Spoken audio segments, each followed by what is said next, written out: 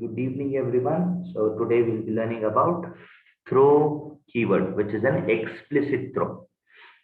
So to learn about throw keyword, so let us build the program around it. So I'll be writing a class, a separate class. I'll call it as A, and this will be throw example. Throw is a singular word. Throws is a plural word. If you go by English, it's very simple. Okay. I'll go with throw example first, and it will be an explicit one. This is my throw example. So what is that I'll be converting this program is,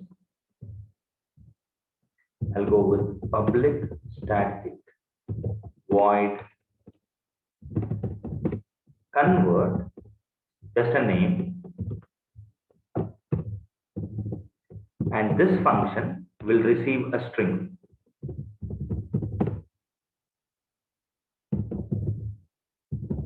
You might be wondering this. This is a string. Let me call it as str. This function will try to convert into a number, as we have seen in the previous example. Int I is equal to int dot %,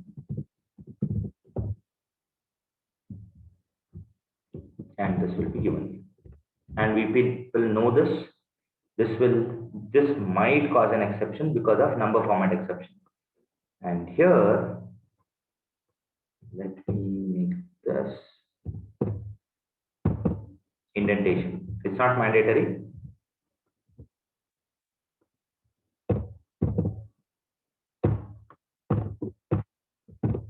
Okay, it's fine. Okay. So this will try to call the static function. If you are not aware of the keyword as static, we'll take a separate session on that one. A dot convert, and this will try to send the index 0. And you people know this better. When you try to access index 0, which is coming from the command line input, it will throw an exception, and that exception is array index out of bounds exception. Correct? Okay, perfect. Now it's a simple one. After this is converted, we want to throw an exception. That is the programmer. If the given number is equal to 17, just an example one, we want to throw an object. We want to throw an object. That's it. This is throw. But you might be wondering why there is an if, because it's a programmer's throw. So programmer wants to check a number. Only for this number, they want to throw an exception. You need to create an exception object is equal to new exception. If you want to pass a message, number is 17.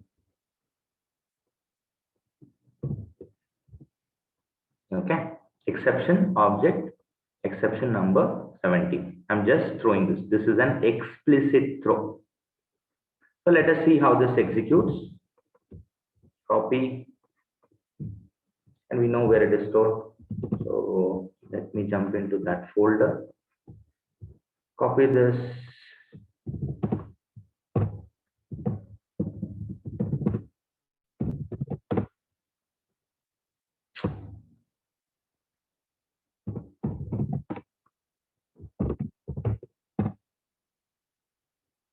We have parse int. I don't know. Yesterday also I got this error, which is in try multiple catch. We have this correct integer dot parse int. Integer dot parse int, and this time it is str. Okay. What it is asking for. Now observe this. Can you see this error? This is a very important error. You might get a lot of times like this. Unreported exception, exception must be caught or declared to be thrown. So this throw, which is being programmed by the programmer, is not caught. Why? Because it is not in the try-catch block. It is not in the try-catch block. When you make an explicit throw, it has to be with try-catch block, or you have to write throws. What is that I'm throwing? Object. Of which class? Exception class. Now observe this. Sorry.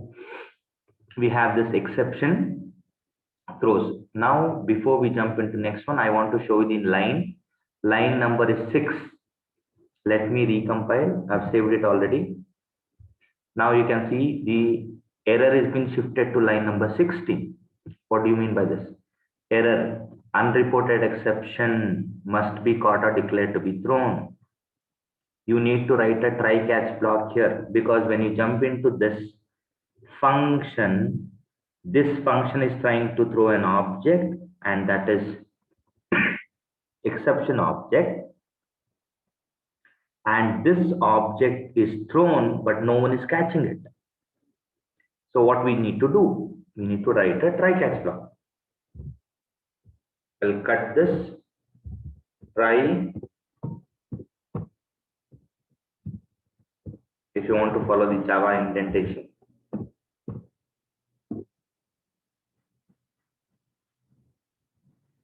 you should place this line here. Now all the errors are gone. Why do we need this? Now what we learned is how throw and throws are connected. But let me continue.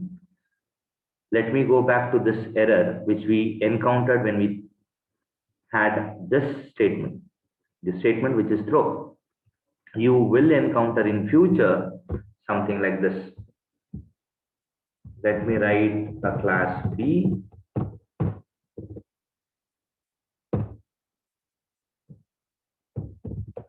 Public.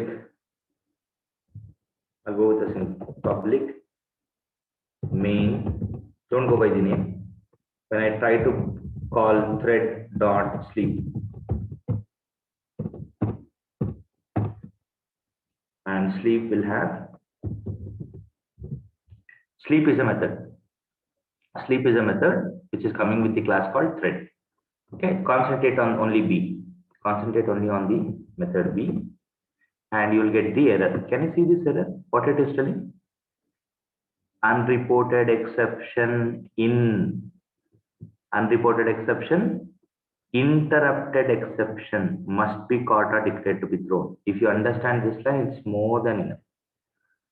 Whenever you get this error, what does it mean?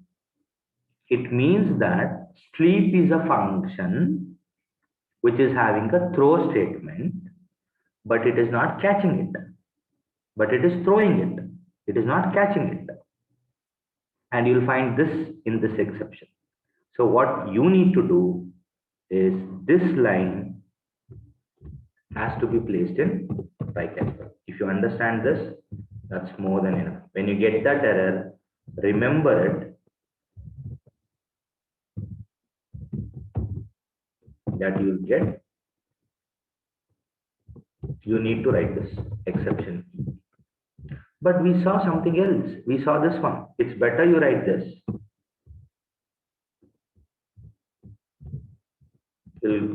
Error is gone. I'll not remove this error. Let me comment this. Let me go back to this method. Okay, this method. And here I'll comment it and I'll remove this. Okay, let's see what we will get. It's the same error. What it is telling? We can compare now. Unreported exception. What has been thrown? Exception object. What is thrown here? Interrupted exception is getting thrown. It is throwing it, but it is throwing it, but it is not writing try catch. That's what it means. That's what exactly it means. Throws exception. Now let me change this. Okay, let me change this. I'll call number format exception. I'll go with number format exception. Now let me show you this without throws keyword. What is that I'm throwing? I'm throwing an object, and that object is of number format exception. Let's see what is the error message we get. Can you see this? It is saying that it is throwing exception, but actually we need to go with this one. That would be the better one. Okay. Now, can you see this? It is throwing in the line number 34, but why? Number format exception is a runtime exception.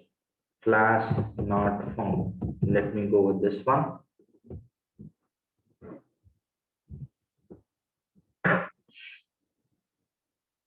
Class not found exception.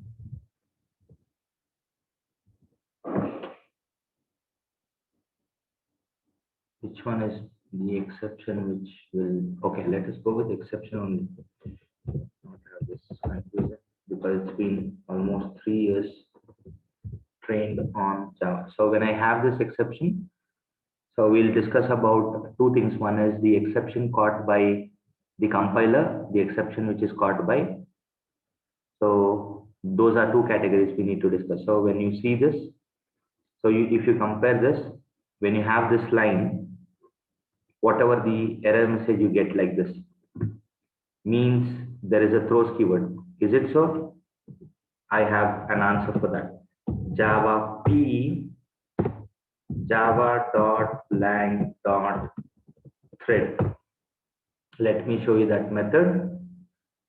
Since we cannot read it all on the command line, I have an option. I'll go with greater symbol, thread.txt file.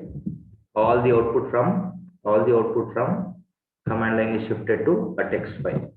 So now I'll make use of Notepad++ to open that file to explain you the syntax of it. Now we have sleep method. Can you see this method? What is having? Throws. What is the method? Interrupted exception. If you to understand this, we need to learn the throw example or throws, throw and throws both. So when you call this method, it will throw a compile time error, even though it is an exception. Exception is usually for runtime. And why it is throwing? Because it has throws. All these are linked. Throws, exception. Why we are writing throws? We are writing throws because we have a throw statement, but this throw statement doesn't have catch block, try catch block. So since this throw doesn't have try catch, the method should go with throws, and any function calling convert should be called in try catch block.